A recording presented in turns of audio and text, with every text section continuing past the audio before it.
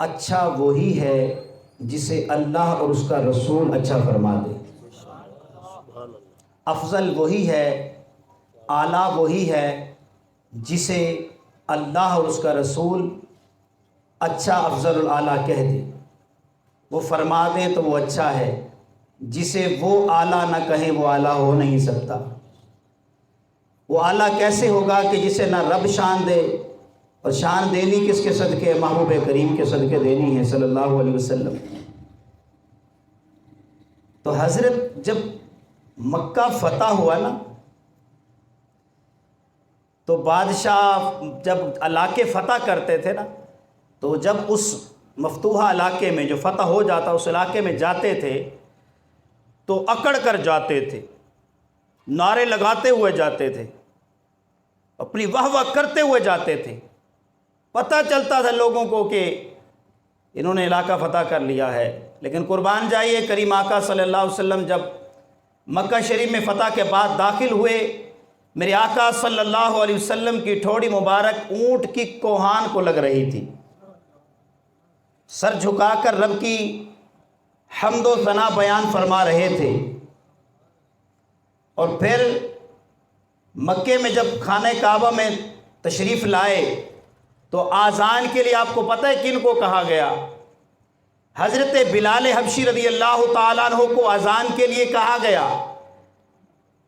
تو بعض روایتوں کے اندر آتا ہے انہوں نے عرض کی یا رسول اللہ یہاں پر تو کوئی اونچی جگہ نہیں ہے، میں کس چیز پر کھڑے ہو کر، پہلے منارے ہوتے تھے جن میں اذانیں پڑھی جاتی تھی، تو میں کس جگہ پر کھڑے ہو کر آذان پڑھوں؟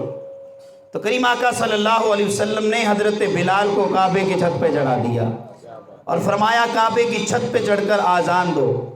تو یہاں پر بھی کسی نے اپنے انداز میں اس کو بیان کیا کہ جب بلال یہودیوں کے پاس تھا تو کیسا تھا، تو وہ فرماتے ہیں عشق کا اظہار یوں کرتے ہیں کہ خس خس جلنا قدر نہ میرا، میرے صاحب نو وڈیاں یا میں گلیاں دا روڑا گھوڑا محل چڑھایا سایاں۔ یعنی کہ جب تک بکے نہ تھے تو کوئی پوچھتا نہ تھا، آقا نے خرید کر انمول کر دیا، کعبے کی چھت پہ چڑھ گئے۔ اور بعض علماء یہ بھی فرماتے پھر انہوں نے سوال کر دیا حضور میں نے مشرق میں اذان دی تو منہ تو کعبے کی طرف ہی کیا، مغرب میں اذان دی منہ کعبے کی طرف کیا، شمال میں کھڑے ہو کے اذان دی منہ کعبے کی طرف، جنوب میں کھڑے ہو کے اذان پڑھی تو منہ کعبے کی طرف، اب کعبے کے اوپر آ گیا، کعبہ میرے نیچے چلا گیا، اب کس طرف منہ کروں؟ میرے آقا نے فرمایا میری طرف دے کے اذان پڑھ دے۔ تو میرے اعلیٰ حضرت امام اہل سنت امام عشق و محبت نے تو پہلے ہی قلم توڑ دی۔ آپ فرماتے ہیں حاجیو او شہنشاہ کا روزہ دیکھو، کعبہ تو دیکھ چکے ہو، اب کعبے کا کعبہ دیکھو۔ یہ کعبہ کتنی شان والا ہے، کتنی شان والا ہے، لیکن میں نے پہلے بات کی کہ شان والا وہی ہے جسے اللہ اور اس کا رسول شان عطا فرما دے۔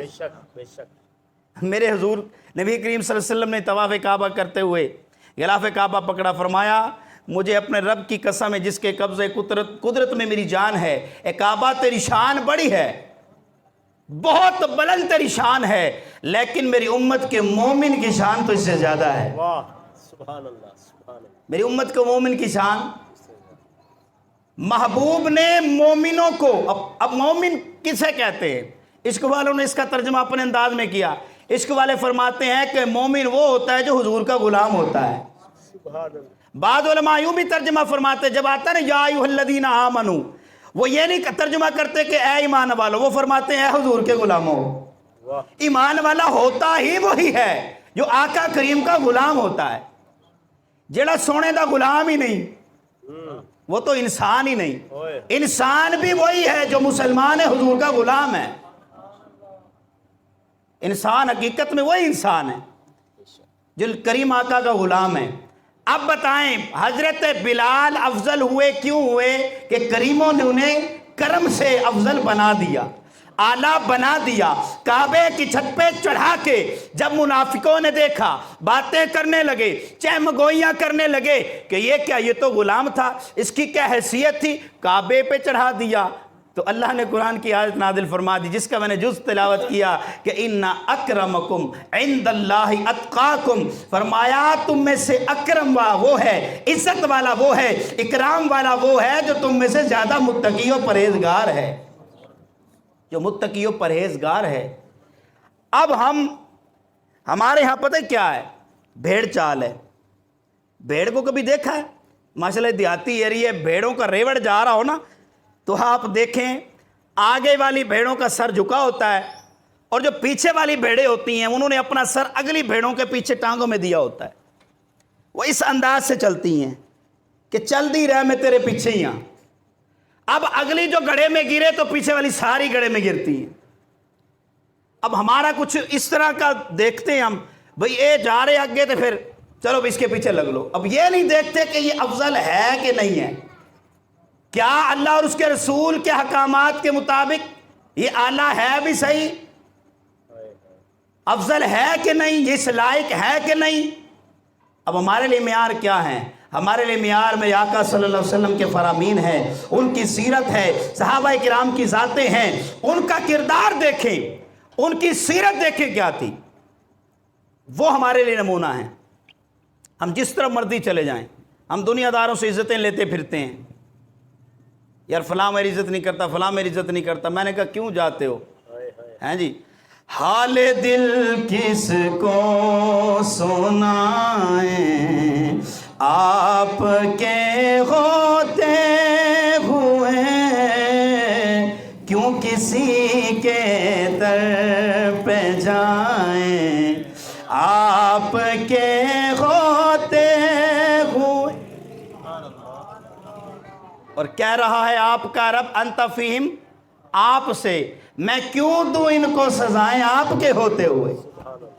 تو پھر جب رب فرما رہا ہے محبوب آپ جب ہو تو آپ کی وجہ سے میں نے ان کو سزائیں نہیں دے دی، تو پھر اسی کے ہو جاؤ نا جن کے صدقے سزائیں بھی معاف ہو رہی ہیں۔ وہ ہمارا معیار ہے، وہ جنہیں اچھا کہتے تو وہ اچھا، وہ جنہیں برا کہتے تو وہ برا ہے۔ بے شک دنیا انہیں اچھا کہتی پھرے، ہمارا معیار قرآن و حدیث ہے۔ قرآن و حدیث میں جو رب نے فرما دیا، مصطفیٰ کی زبان مبارک سے جو نکلا وہی حق ہے۔ صحابہ کرام کی سیرت ہمارے لیے حق ہے اور اسی پر ہم نے چلنا ہے، اسی کو کسوٹی رکھنا ہے، کسی کے پیچھے نہ چلیں۔ یہ ذہن میں رکھ لیں، عقیدہ اہل سنت ذہن میں رکھ لیں۔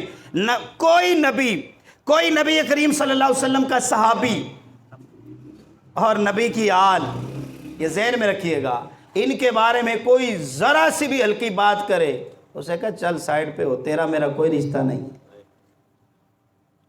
کیونکہ میرے نبی سے میرا رشتہ کل بھی تھا اور آج بھی ہے، میرے نبی سے میرا رشتہ کل بھی تھا اور آج بھی ہے، دین پہ کٹ مرنے کا جذبہ کل بھی تھا اور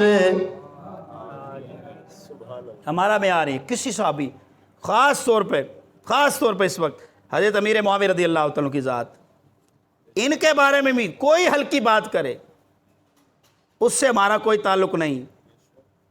آپ کتابوں کے اندر پڑھیں، ایسے واقعات آپ کو ملیں گے۔ ایک شخص تھا کہ وہ ایسے لوگوں کے پاس صرف بیٹھتا تھا کہ جو صحابہ کے بارے میں غلط باتیں کرتے تھے، صرف بیٹھتا تھا۔ جب مرنے لگا تو اس کو کلمہ نصیب نہیں ہے بلکہ کفر پر خاتمہ ہوا، اس کا کفر پر مر گیا۔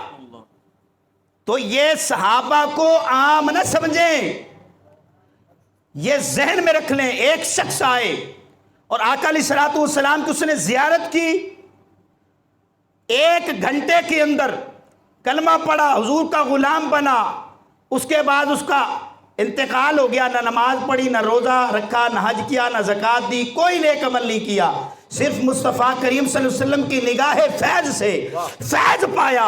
زمانے کا بڑے سے بڑا غوث و کتب و ابدال ہو، یہ سارے اس صحابی کی اس سواری پر جس پر وہ بیٹھا ہے، اس کی نکیل میں جو مٹی پھنسی ہے، اس کا مقابلہ بھی نہیں کر سکتے۔ واہ واہ واہ، سبحان اللہ سبحان اللہ۔ ہم پڑھتے نہیں ہیں 30واں پارہ، جب ہمیں جوش چڑھتا ہے نا تو سکھی سکھی صورتاں، سورہ یاسین تو ہم پڑھ ہی لیتے ہیں الحمدللہ جب جوش چڑھتا ہے، یا پہلا سے پارہ اٹھائیں گے یا آخری کوئی صورتیں، لیکن آپ سورۃ العادیات پڑھ کے دیکھیں یہ کیا ہے، والعادیات ضبحا فالموریات قدحا، یہ کیا ہے؟ اللہ فرماتا ہے جب گھوڑے دوڑتے ہیں ان کے سانسوں کی آواز پیدا ہوتی ہے، مجھے اس گڑگڑاہٹ، اس آواز کی قسم، یا اللہ اتنی بڑی شان والا ہو کے تو ان گھوڑوں کی وہ دوڑتے ہیں، انہیں سانس چڑھتا ہے تو آواز پیدا ہوتی ہے، تو ان کی آوازوں کی قسم فرما رہا ہے ارشاد قرآن میں۔ اور جب گھوڑے دوڑتے ہیں ان کے پاؤں سے جو لگ کے مٹی اڑتی ہے، اللہ ان کی قسم ارشاد فرما رہا ہے۔ پتھر پہ جب نال لگا گھوڑا پیر رکھتا ہے تو چنگاری نکلتی ہے، اللہ ان کی قسم ارشاد فرما رہا ہے۔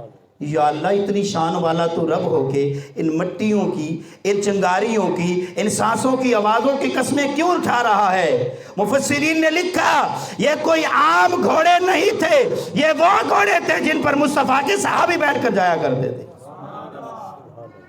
یہ وہ گھوڑے تھے۔ میں کہ جڑے گھوڑے تے صحابی بہ جاوے او دے پیراں نال لگن والی مٹی دی بھی رب قسمہ چکے۔ اللہ اکبر۔ ان صحابہ کی کیا شان ہوگی؟ یہ ہمارا معیار اور کسوٹی ہے، یاد رکھیں۔ ان سے بے وفائی سمجھ لیں جہنم کا گڑھا کھود لیا، اہل بیت سے بے وفائی سمجھ لیں جہنم کے میں گڑھا کھود لیا آپ نے اپنے لیے، قبر کو جیتے جی جہنم کا گڑھا بنا دیا، بس اب گرنے والے ہو، ادھر روح نکلی ادھر سیدھا گڑھے میں جائیں گے۔ عمل میں کمزوری ہو اور بات ہے، لیکن عقیدے میں کمزوری نہیں ہونی چاہیے۔ عمل میں بھی ویسے تو نہیں ہونی چاہیے، لیکن بالفرض کمزوری ہے عمل کے اندر تھوڑی بہت، لیکن ٹنا ٹن ہونا چاہیے عقیدہ، اس میں لچک نہیں ہونی چاہیے، یاد رکھیں۔ تو عزت والا وہی ہے جسے اللہ اور اس کا رسول عزت عطا فرما دے۔